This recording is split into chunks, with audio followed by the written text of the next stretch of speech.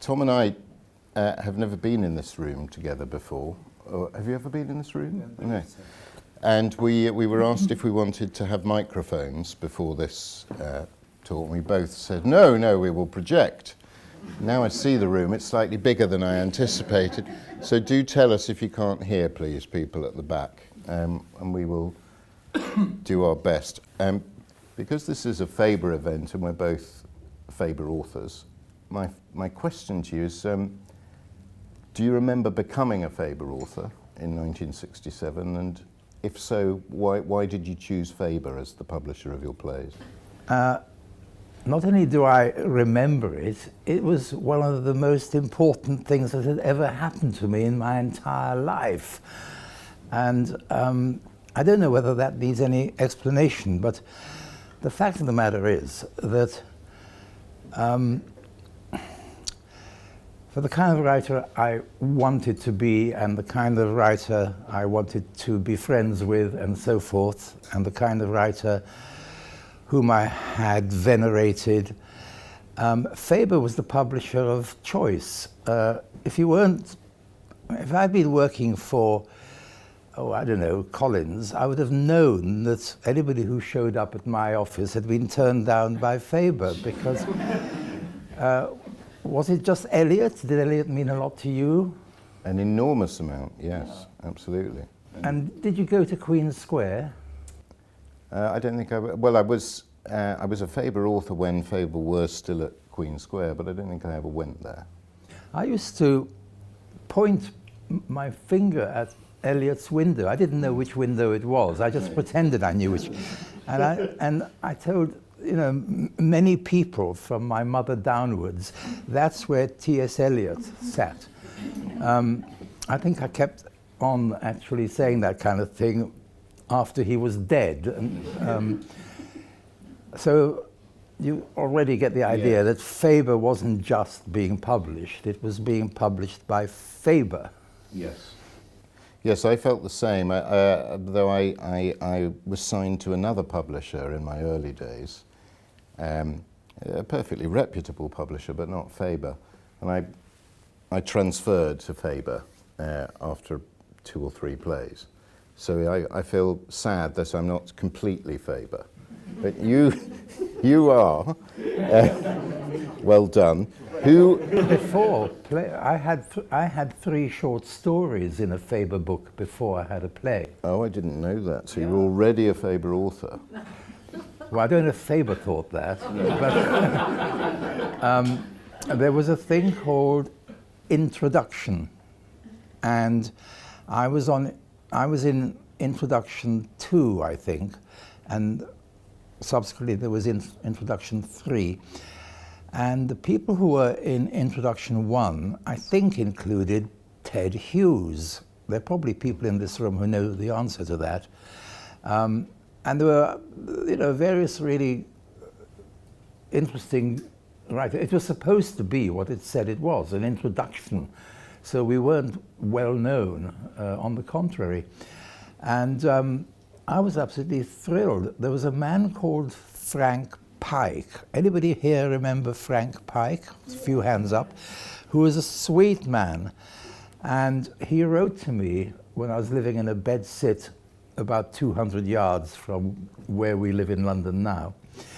And he wrote to me a letter there saying, he knew a chap I knew in Bristol, where I'd been on the local paper. And this friend of mine in Bristol, I don't know how he knew Frank Pike, but he did. And Frank wrote to me and said, did I have any short stories? And this must have been 1963, I think. Anyway, I said, absolutely. Promptly wrote a couple. And this book came out. Quite rather a rare book, I imagine now. I'm going to search it out. Introductions 2.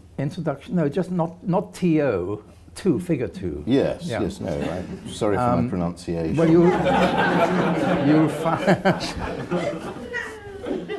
you'll find, among other things, a deeply embarrassing pastiche of Ernest Hemingway, which wasn't intended to be a pastiche. That was one of my 3 contributions. and then there was one about sort of myself as a young journalist, and I forget the third one, which I think is a line I've used now. It's in travesties. Yeah. He He directed travesties very successfully, I'm happy to say. the and of course your novel, Lord Malquist Yep. and Mr. Moon. Yep. That's a Faber novel as well, but No. no. No. Ultimately, I think Faber, as it were, rescued it from oblivion, Yes. but promptly let it sink back into oblivion. I'm quite not Dinah, is this true? Unsurprised to know. It's a Faber book now, is it, the paperback? We did a new edition. Oh yeah, that's true. Yes. But do you remember Anthony Blonde? How could you? This is 1964. Anthony Blonde was a solo publisher. He had his own publishing imprint, and he was a wealthy young man, connected also with the Royal Court Theatre, and he was a friend of my agent, who was called Kenneth Ewing. And God knows why, Anthony Blonde actually commissioned me to write a novel. I don't know that that would ever happen to somebody who hadn't published anything. So at some point in 1966, I wrote Lord Malquist and Mr. Moon, and it was published by Anthony Blonde.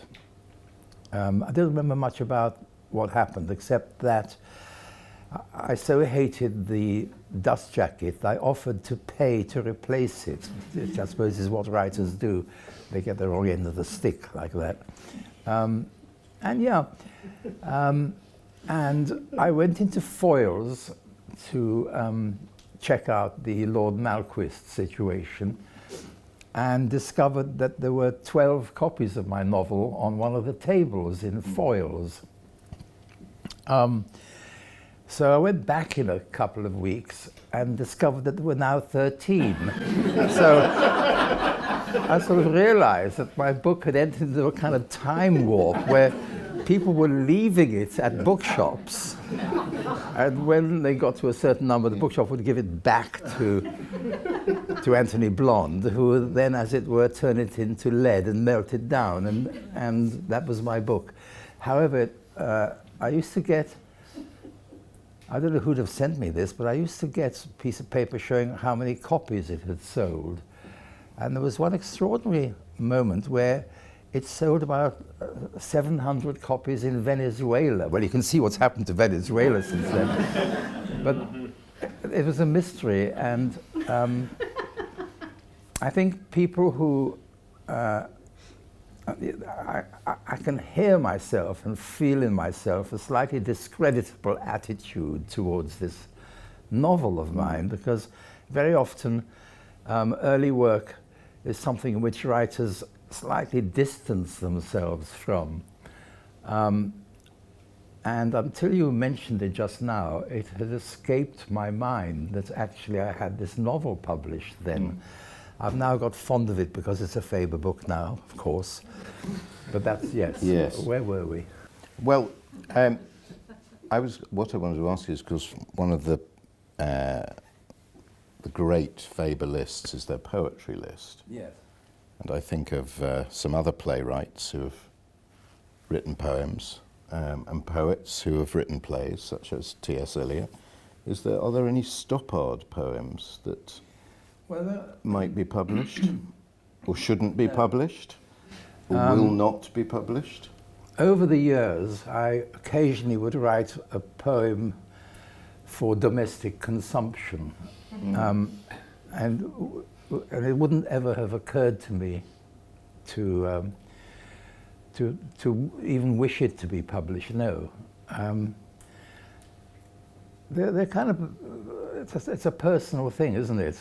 And there's a sense that if you write a poem for somebody and then publish it, you've taken it back.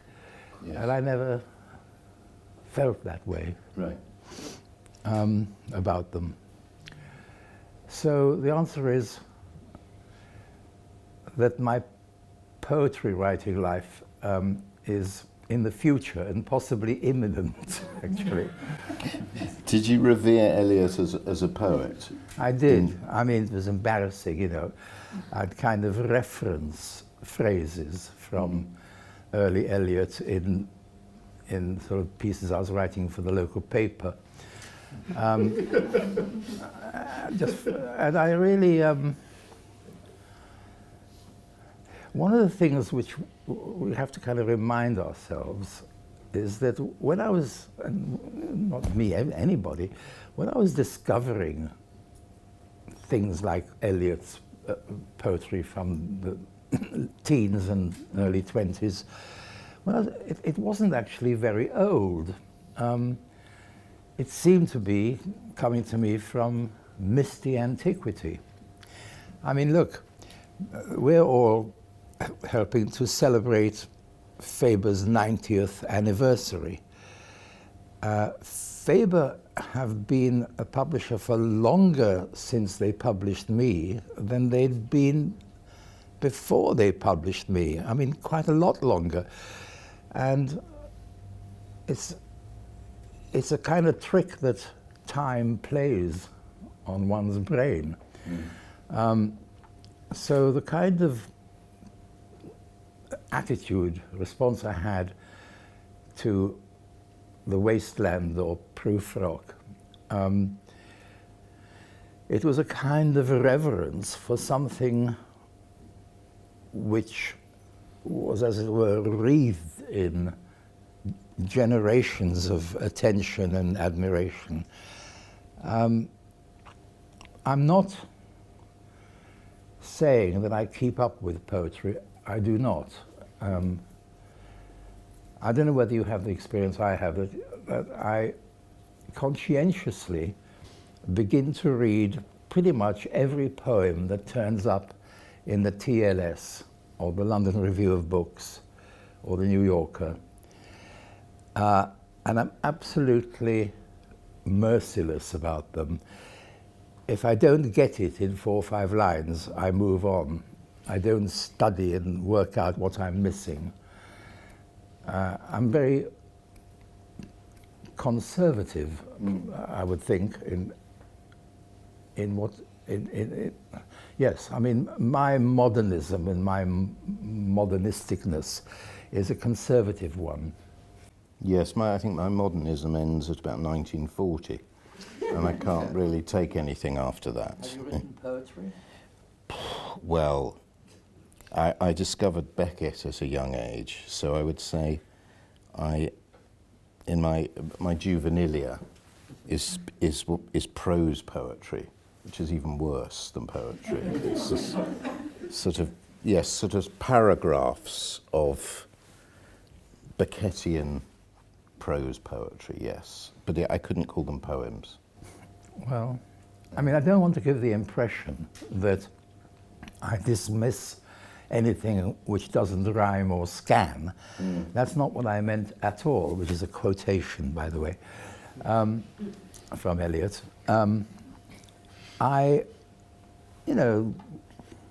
Yesterday or the day before, there's a sort of remarkable big poem by Anne Carson,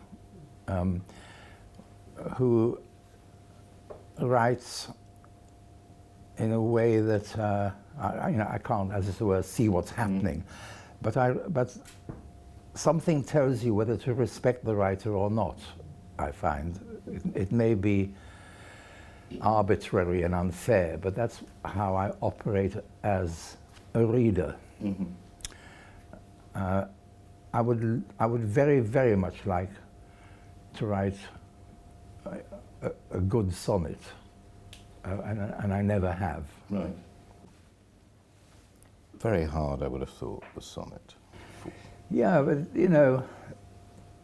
one of the wonderful things about being parachuted into English culture is that to write a sonnet was considered to be the recreation of a well-educated person, and to write a Horatian ode and so forth. All this kind of finished, I think, around about September 1939. Yes, it certainly finished before my day. I don't ever remember being asked to write a sonnet. But we were taught poetic form in the olden days. I don't know whether people are now. I'd be interested to know. You know, if you look in the front of the rhyming dictionary, I have 3 rhyming dictionaries. I take poetry seriously as an interest.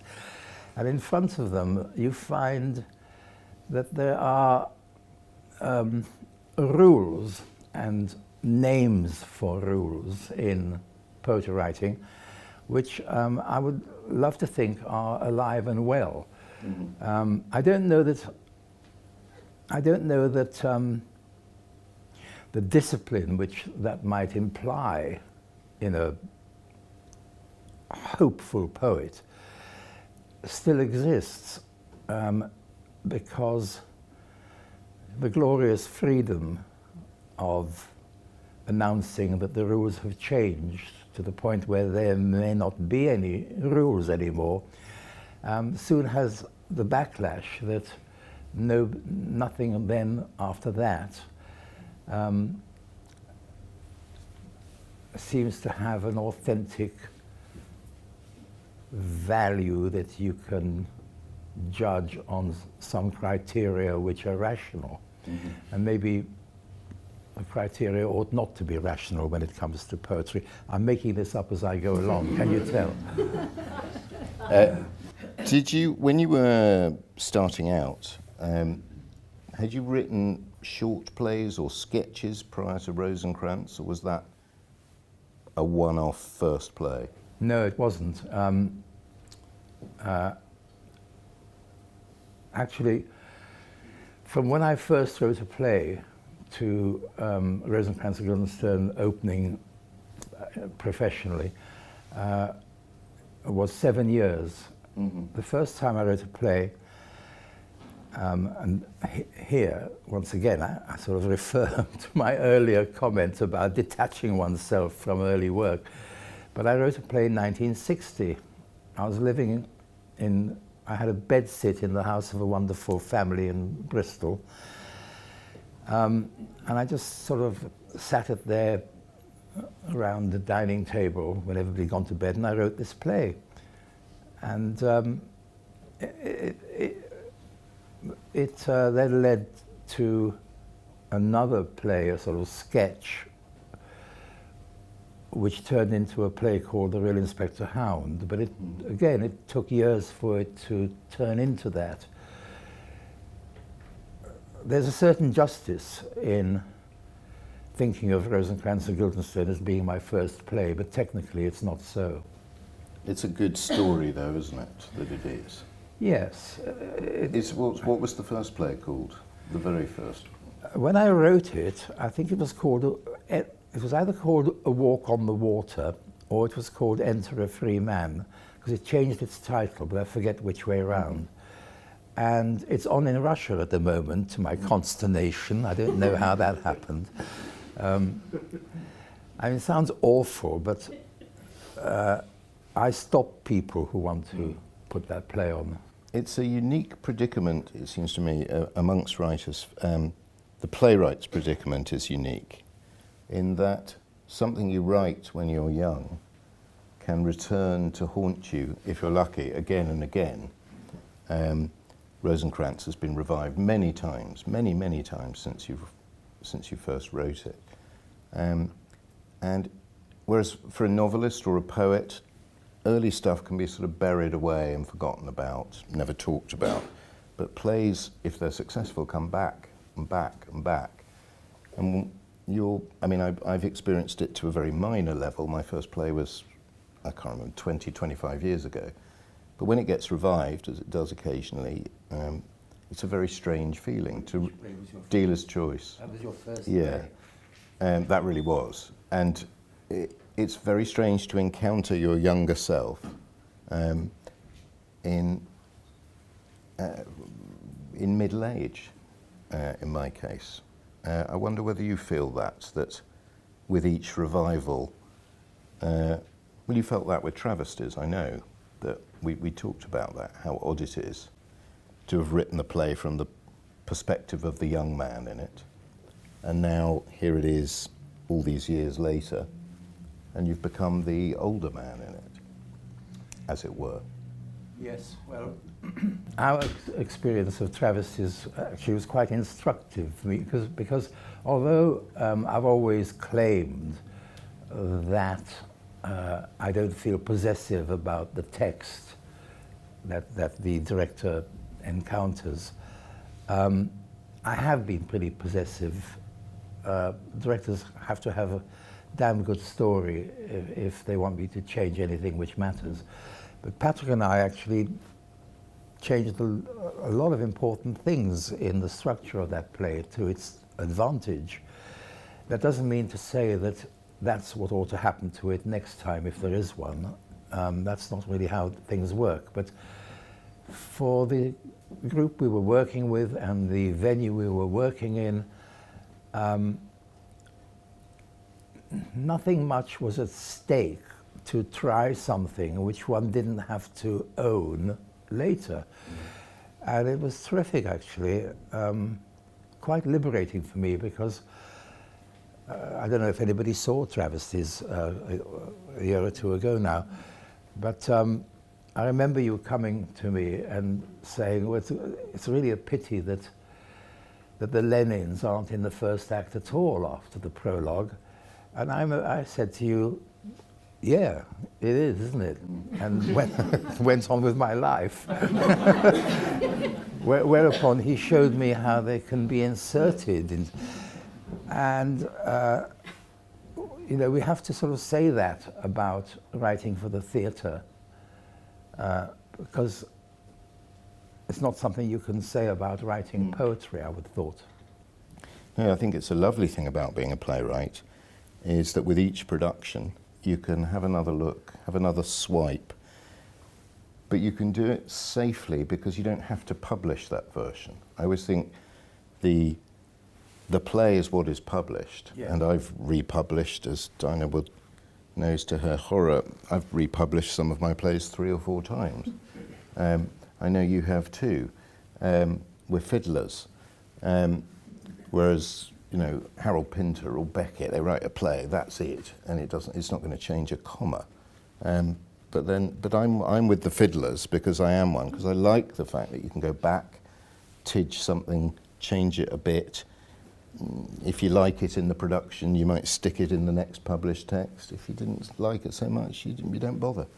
I kind of like that it's a living organism. Yes, and also, it might be your response to a particular actor, that you want to give him a moment because you know what he'll do with it. Yeah. And it doesn't have to be there for any future actor taking that role. But what I loved about working with you in this respect is that when you change a line, you're changing a line of an acknowledged classic, a published text, a Stoppard play has a very high status. It's studied in schools, universities. People write books about them. So when you allow someone like me or the actors to mess with a line, it's quite a high-risk thing to do. But I get the feeling you've always done that part of the pleasure is that freedom, is that risk, is that slight, I wouldn't call it anarchy, but a flamboyance towards the work. There are several vectors in this. One is it depends what kind of person the writer happens to be. You and I are both fiddlers, but it's not a policy or philosophy, it's just what we are. I'm a reluctant fiddler. I hate being a fiddler. I'd much prefer to have got it right first time and never have to change it. So by nature I'm a roundhead. But I only fiddle if I'm actually in rehearsal. It's not an abstract thing. Oh no, I wouldn't fiddle on my own. Never. No. No. No, pointless. And then the other vector is it's the nature of the medium. I mean, it's theatre. That's the whole point, isn't it? Yes. That you're there in this room, you can do anything you like, including do the acts in the reverse order or whatever, so, assuming the author is dead by then, of course. But even in smaller ways, it seems to me antithetical to the art form itself if you go in there thinking that your task now is to reproduce what somebody reproduced before. It's very, very disappointing if you, for one reason or another, go and see a play you've written years before and realize that, especially if this happens abroad in other different languages, that they've seen the first production, they're trying to do that one. It's usually for better or worse. Preferable that they just do what they want to do, which is basically what you and I will, I don't know, oh, hang on. I'm not going to go into this, I promise you, because I don't want to. But we're going to be working together again on a new play, but with the difference that he won't have seen a previous production, or indeed any production, and didn't know anything about what the play was until very recently, and so forth and so forth. So it'll be interesting to know what attitude Patrick brings to Reverence. Oh, well, that's a relief. Yes. Humility and reverence before the new work, always, always. Well, I agree, as a director, I agree with the old Royal Court theatre maxim that you treat a new play like a classic and a classic like a new play. Oh, that's very good. It was Devine said it, and it's, I don't know whether they still believe that at the court, but that seemed to me very sensible. It's a very, very good way of looking at things, yeah, absolutely. Now let me just, oh yes, we could take one or two questions if anyone has anything they burn to ask either of us. Or we can go on if you haven't, if you don't mind. Yes. Do raise a hand if you have a question. If you don't, oh yes. Sir. My question would be, the business of writing and the business of being published, are they always happy bedfellows? Or does there come a moment in the process where you think, now we've got to think in a very different direction?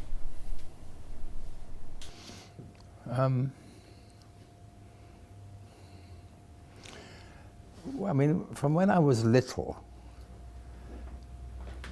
being published was the point. You know, I wrote because I wanted to be published.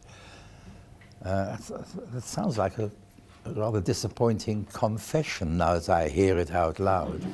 But I think that's the case.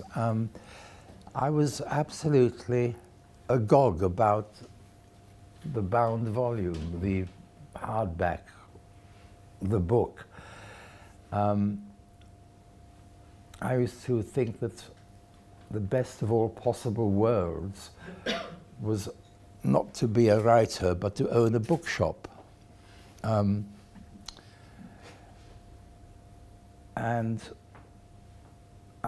I had I don't know what the language for this sentence ought to be, but I had a mystical feeling about the book. I've said this before, this is not the first time I've said this, so I'll say it briefly, but when I received the blue and, do you see my blue and pink Rosencrantz of Guildenstern out there in a frame, the dust jacket? My parents were living in Scotland at the time, and I was visiting them, and this dust jacket, with no book, arrived in the post. Now, this was not another case of introduction to, which was just sort of all kinds of different panels and names, and I'm not even sure if our names are on the front at all. This was a title and an author. Beautiful. I loved that design. It was just a typographical design in two rather unexpected colours, I suppose, too. But this thing came out of the envelope, and so I went around my parents' house to find a book which the dust wrapper would fit. And I finally found something which was a fishing book, I'm sure, since my father, on the whole, didn't actually have any other books. And I sort of propped up Rosencrantz and Guildenstern Are Dead in pink and blue, in front of, this is awful, I'm really regretting this whole thing now. But my mother's dressing table naturally had 3 wings, so you could see this book from 3 angles. And you'd think I might have been, you know, the sort of 15-year-old behavior, but you know, I wasn't. I was 28 or 9 by then. I mean, deeply shaming behavior. But that's how I felt about being published, if that answers your question. I feel the same, Tom, and I will make a similar confession. Oh, yes. Of sort of, good. When I received from my then publisher 10 free author copies of my first play, I was so excited. I spread them on the coffee table in a little pattern so I could look at all 10 simultaneously, because it was a miraculous sight to be published, because one had grown up reading books and wanting to be in a book, and to have written a book. Yeah. And even though the production had already opened and happened and gone okay, the most exciting moment was the book arriving. Yeah. And knowing you could give people the book, and then finding out that you could sign the book was wonderful. I think we're doing a signing afterwards. It's still a bit of a thrill to sign your own book, and learning also that you put a line through your name when you sign the book, and all these sort of little things, these perks of being a writer, were fantastic. And I was the same age as you, 28, 29, and I still think that was the high point of my playwriting career, was the book arriving for the first time, and the feeling. I really am a writer. I'm not pretending anymore. Because did you like the look of your book? I did. I really liked it. It was, it was handsomely done, and I was pleased with it. Well, I'd had approval of it, so I'd better like it. But I think it's because one has handled so many books prior to one actually publishing one, that they become fetishistic, beautiful objects. You've got them on your shelves. You just want one of your own. Do you actually collect books, or not only? I don't mean by other people or myself. By other people. Yes, I do, but in a very minor way, not like you do. I used to, yes. I did, after Travesties, treat myself to a first edition of Importance of Being Earnest. That was the most I've ever spent on a book. So I Sorry, I have a keen interest in this question. What did you pay for it? Well, less than I thought I would have to pay. Right. It was nothing like, I was amazed, because Right. there's only 1,000 Yeah. of the first edition of Ernest. Yeah. I thought it would cost, I thought it would be way beyond me, and it was around £2,000. Oh, that's a lot. It's a lot of money, of course it is, but I think it's worth it, given that there were 1,000 published, and you can get a first. I mean, obviously it's signed, and I'm joking, but it's a beautiful thing to have. I couldn't agree more. Well, you've got one. I've seen yours. Yes, I think mine. Yours is nicer than mine, I must admit. Quite. But It is a kind of lilac movie sort of thing when new, rather faded in our case, I would think. But I like the thought that Wilde might have actually touched the copy that I Very now important, possess. yes. He might have laid them out on his coffee table. Yeah. All 1,000. And go and look at my books. So who knows? And had it belonged to anybody of note? Did it have any? No, it's got nothing in Right. it. No. Well, No. if I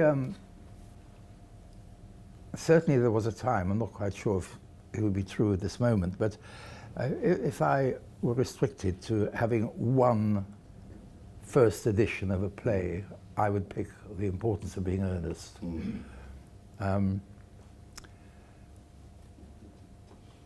Yeah, but then I started I started buying old books the first time I had any money, and that was sort of 1970-ish, a bit earlier. And you could buy a first edition of David Copperfield. I don't know, for what, if you took 3 people to a good restaurant, it wouldn't be much more than that. Yeah. Not that I do, but yes. And I had a passion for Evelyn Waugh and Ernest Hemingway, and ended up with some remarkable things. I haven't still got all of them, but I've never felt differently about books. And of course, as the very notion of print becomes compromised in its former absolutism, is now compromised in some way by AI and all sorts of other forms. If anything, the mystique and the thing about printed books which moved me then, move me as much or more now. Yes, well, you're one of the last people I know who actually reads a newspaper. I mean, Yes. an actual thing on a piece of paper with Yes. smudgy ink. Been to your house and seen the newspapers on the kitchen table. Yes, every day. Yes, Yes. every day. And you read 2 or 3 newspapers a day? It's 2 now, How but can it you used to be stand it? 3. I mean, I mean, it was 3, but Yeah. the Independent went digital. So as far as I was concerned, it was dead. It was no longer existed. Yes. But you really read them. You read everything in them. No, I can't. You read But I read them fairly thoroughly. Is it procrastination or genuine interest? I'm a journalist. I was a journalist for years, and I've always been fascinated by newspapers. Yeah. But I think that it's this feeling one gets, and maybe every generation gets it, that you kind of got born just in time and you're getting out just in time. One feels that one's own span, in my case, kind of after an aesthetic but before television, that kind of feeling, was just a stroke of luck for me. And I expect that every generation feels something like that. But yeah,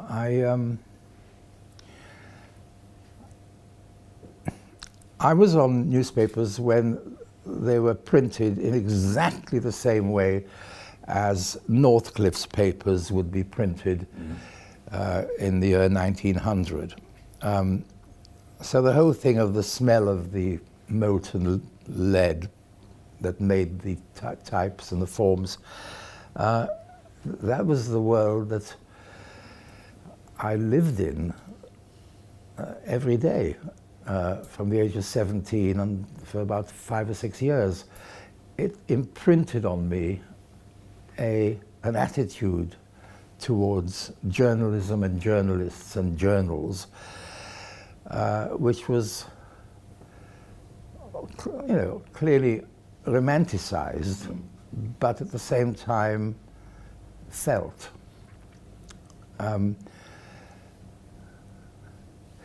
And that was when I was hoping to be a Faber writer as well. I didn't want to be a Faber writer immediately. It was,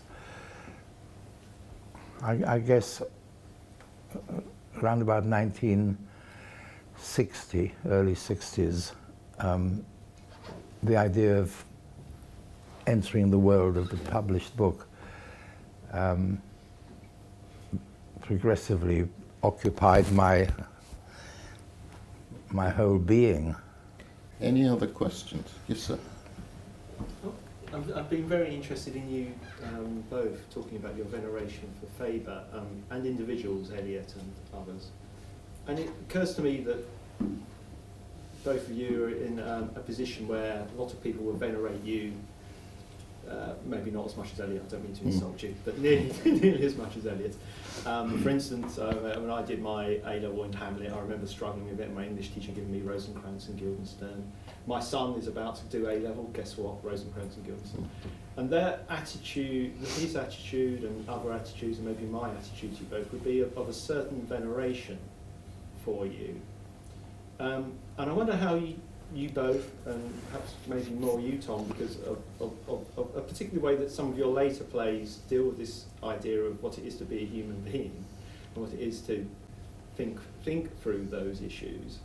How do you relate to your younger self and the fact that you are that same person, but you're living with this you can call it baggage, but privilege, esteem, veneration? How much do you feel connected to that younger person all those years ago, 50 years ago? More than with the person I am now, I think.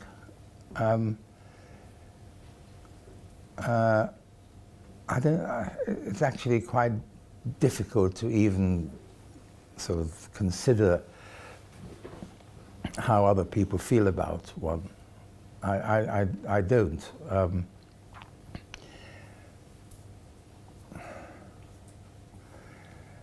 It's odd, actually. I actually know what veneration means because I venerate, but that axis never reverses. And actually, I shouldn't say this really, but you know, turning over the pages of a play I wrote 30 or 40 years ago, I was sort of cringing, thinking, well, nobody's going to put that on, I hope, you know, or if they do, I better be told so I can fix it. It's that sort of attitude I have. At the same time, and I think all writers have this, I'm sure Patrick, you know, there are things which are difficult to describe, they're difficult to explain, and they're impossible to forget. And these are the things where you write something which is better than you are, better than you could possibly do. Suddenly, you know, that sentence arrives from somewhere, and you can't sort of work your way towards it consciously. I felt that about travesties here and there back then. Yes, it's a very strange feeling when you write something, a line or a scene, and you realise that the scene is more sensitive than you are. And the articulation of a feeling is more vulnerable, potent, better said than anything you could say in real life. And then you feel, well, very lucky, and you think, oh, well, maybe I am a writer, really, because I think all writers exist in a terrible state of, well, I've always said of myself, I'm a failed writer who's had some success. And I think most writers feel that they are failed writers, even though they may be revered, published, venerated. You only feel as good as your last few words. Do you feel the same way about your work on the screen? I mean, just, you know, we talk here, obviously, we're talking about being published as being the point. But that's not the only thing which happens to one's work. I mean, Closer was a proper movie by really top-grade people. Yes.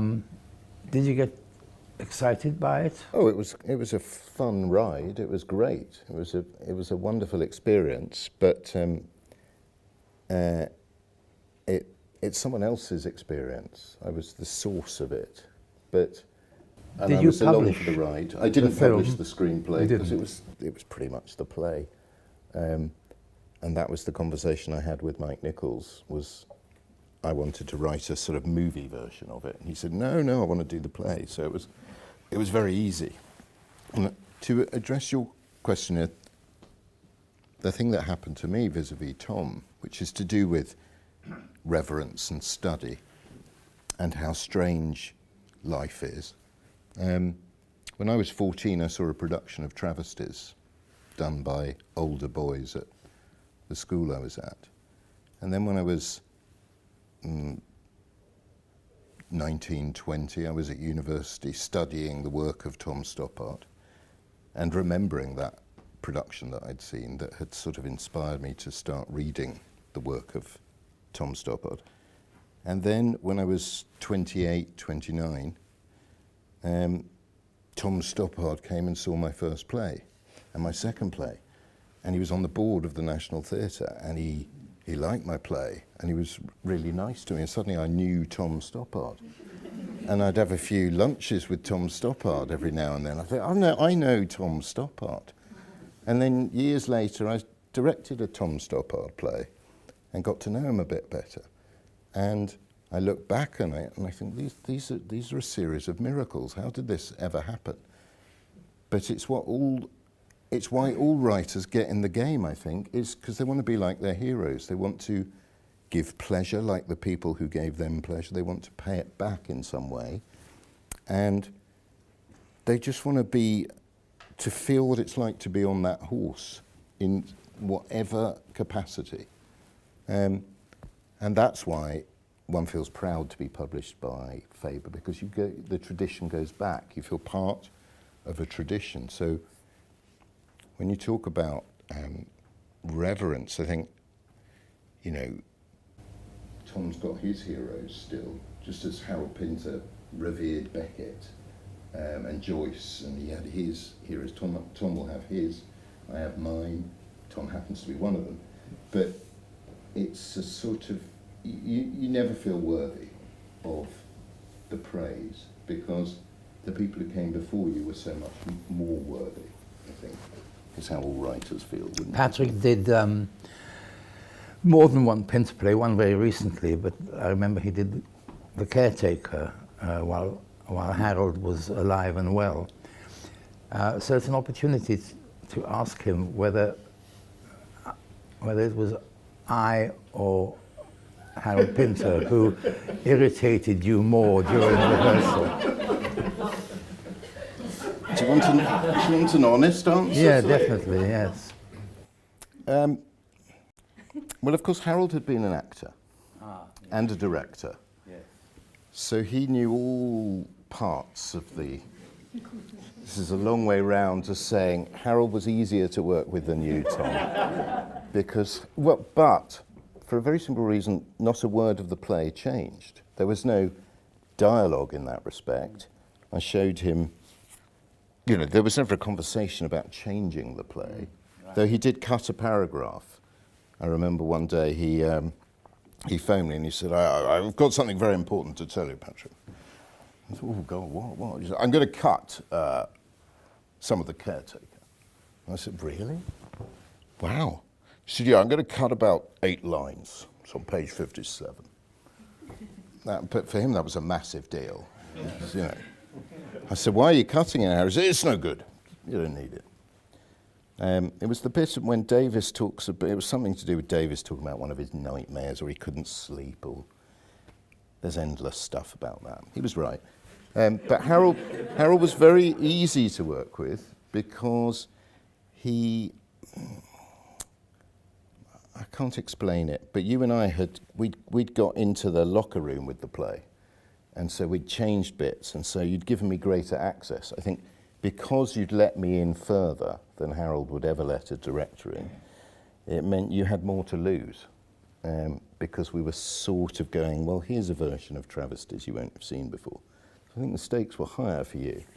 Though I do remember on the opening night of The Caretaker, and I was amazed by this, Harold was in his box at what was then called the Comedy Theatre, now the Pinter Theatre, of course, and he said, he looked a bit pale. I said, Harold, are you all right? He said, no, I'm a bit tense. I said, why is that? And he said, well, supposing the press see the play and they don't like it. And I said, of course they're going to like it, Harold. It's a masterpiece. He said, oh, do you think so? I said, yes, that's why I'm directing it. Oh, I'm sorry I never told you. She said, really? You think it's a masterpiece? I said, yes, I do. I think the press will love the play. It's an acknowledged masterpiece. He said, really? Antonia, he thinks it's a masterpiece. And I thought, wow, even Harold needs flattering. Which, of course, reminded me of my disappointment when I found out that James Joyce read all his reviews for Ulysses and worried about them. And I thought, wow, even Joyce cared. He's immortal. He's a god. So everyone cares. And it's kind of good. We're all human and vulnerable and silly. Why do you... Does that answer your question at all? You know, it's one answer. Yeah, it's a sort of answer. I'm just interested. I mean, I'm interested in some of the from the outside about the human experience, really. And I mean, I think you've alluded to it. I mean, it's how you can go from being, from being the super fan, whatever, to being the person that's the centre of that attention in one life, and it's amazing, really. And also, I mean, and carry all the talent of it, but that's just, I don't want to get into flattery. And it's just, it's an amazing human experience, really, and that one individual can carry that breadth. It's interesting, and it carries so much. I think Tom and I would both say we got lucky as well, that you get born at the right time in the right place with the right education, and you meet the right people, and you keep going, and you have the luck to not be completely bonkers, and to make a few quid early so that you can sustain your writing habit. There are many factors, I would say, in the success of certainly a playwright. It's so important who your directors are, which theatres like your work, your ability to get on with people at the right time, not piss off too many people. But what I would say is when somebody writes the definitive biography of you, it'll be about your genius. And I mean, that's what that biography will be about. I mean, obviously, and they will say, yeah, all that will be in there. But they will identify that bit of your genius. And people argue about saying like that, isn't it? Yeah, I don't begin to understand this sentence. I mean, I don't, we can't really get into this, but as a matter of interest, I don't know what that means. Sorry, well, what your genius is. Yeah, it's such a slippery and subjective thing, and one would be mad to, as it were, pursue the light which is reflected from the word. You know, I really actually have a very strong sense that all work is subjective. Is that a truism? You know, the idea of, as it were, choosing an alien world, you know, an airline pilot, and researching it and writing it, it ends up being a novel about you as well. It's just the act of creation. Yeah, how are we doing, by the way? Well, we're sort of on time, we're all right. Yes, we could take another question. Yes, sir. I hope this isn't banal, but what would your advice be to young writers? Just as a Well, I'll go first. I have struggled to be a writer all my writing life, and I'm still struggling. I find it very hard to concentrate, very hard to get down to work, very hard to sustain any kind of work ethic. So my personal struggle has not been to do with lack of ideas or even lack of motivation. It's been to do with lack of discipline. And I think it's because I didn't want writing to feel like homework. So I didn't and don't do it every day. But I think I'm wrong. I think had I trained myself to have a proper work ethic, I would have been more productive. So I would say my advice would be do it every day. do something every day. But I haven't taken my own advice, so but that would be mine. Yeah, I think that's good advice. It's not true of the way that I live. I do write every day when I am writing anything at all, but it's quite likely that a long time passes before I write anything at all. Advice to a young writer.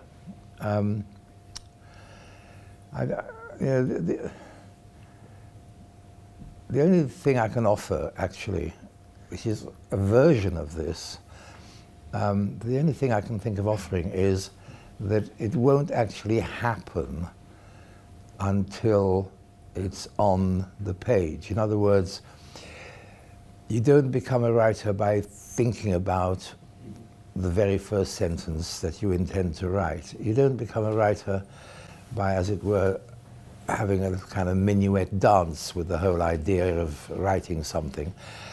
All that is delusion. I indulge the delusion regularly. I think, I know what I tell you what, I just go for a walk on my own and figure it out, and nothing happens. I just have to be sitting at a boring table, in a boring chair, with a pen in my hand. I don't use a keyboard. I just have to be sitting there with a piece of paper in front of me, and then maybe what I put on the paper is worth putting on it. But I don't believe the other kind of working. Good luck, by the way. Yes, I also think the difficulty is the point. That there are lots of books one can read about how to be a writer and courses and all of that kind of stuff.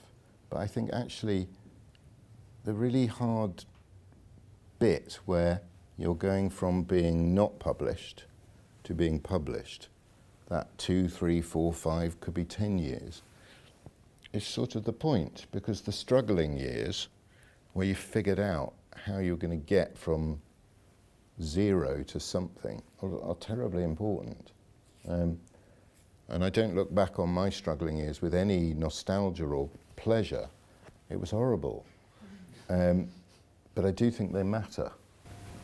To have not been able to do something that then you figure out how to do is very important, and I don't think there's a shortcut. Did you have role models? I mean, writers who were sort of inspiring you to try to write something? Yeah, Joyce. Yes. I think, because yes. I so admired what he went through to get things written. Yes. His struggle, the suffering. Even though he was brilliant from the get-go, I felt the cost. He'd gone blind, he'd been poor, he'd this, he'd that, and then he'd finished off with Finnegan's Wake, which no one can bear to read. Yes, I think I was very inspired by Joyce. Not Beckett so much. I mean, I revere Beckett, but I wasn't inspired by his life because it felt to me a bit of a breeze. So I related to people who struggled a bit, I think. Did you meet him? Joyce? Beckett. Beckett. Sorry, I'm being facetious. Beckett, no. No, but I imagine you did. Oh my God, it's a Tom Stoppard play. It's rock and roll. Did you meet Beckett? Yeah, but I was so kind of beside myself about the fact that I was in the same room that I completely wasted any opportunity I might have had to hear what he said or to say anything to him. Yeah. Did you meet T.S. Eliot? No. So Eliot must have died at about 65, Yeah. did he? Yeah. No.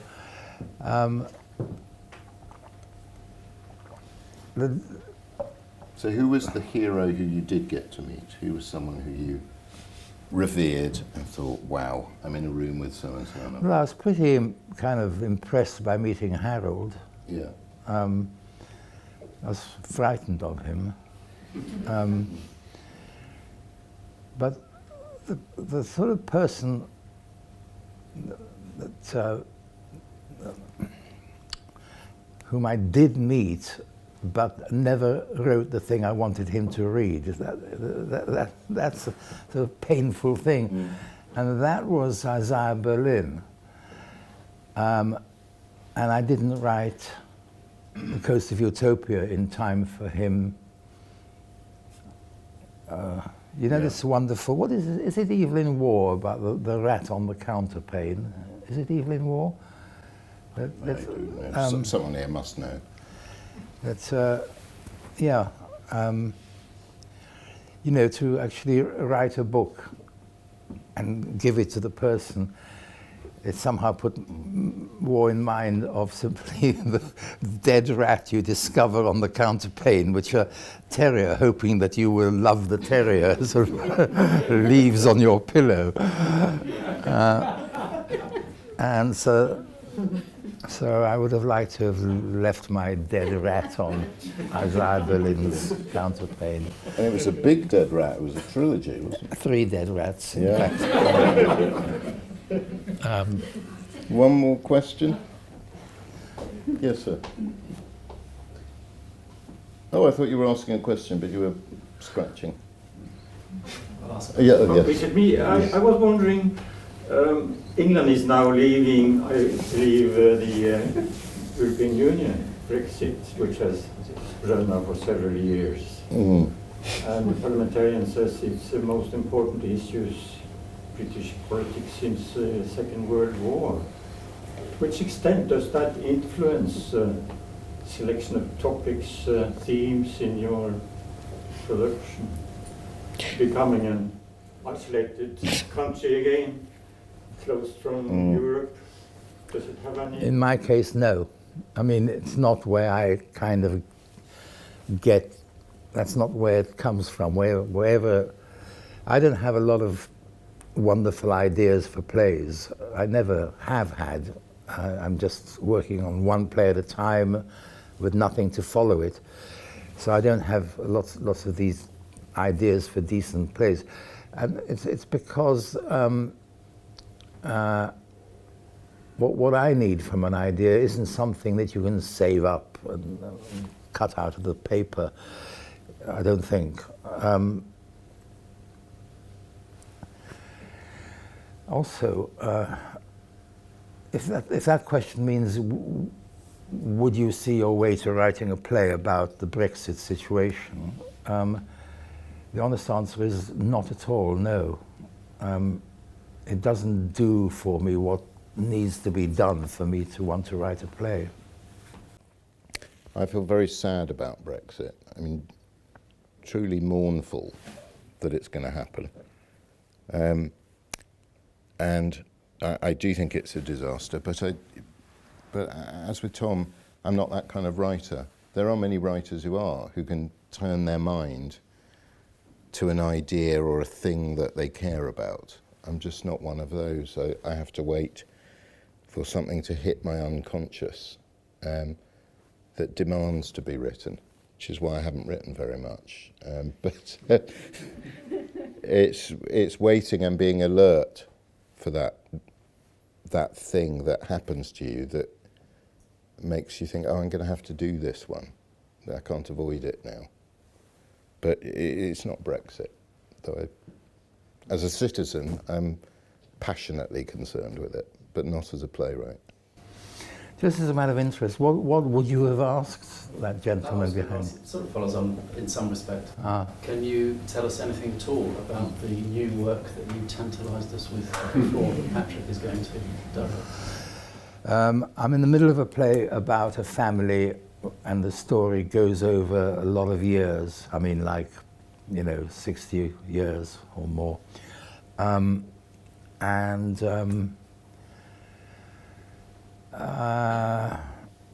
I hope, Well, I was hoping to do it by Christmas, but I just failed. And then I said I'd do it by April, and I think I'm going to fail again. Yeah, but you're delivering to the right guy, because I understand that. Yes. I've never delivered anything ever on time. So this is...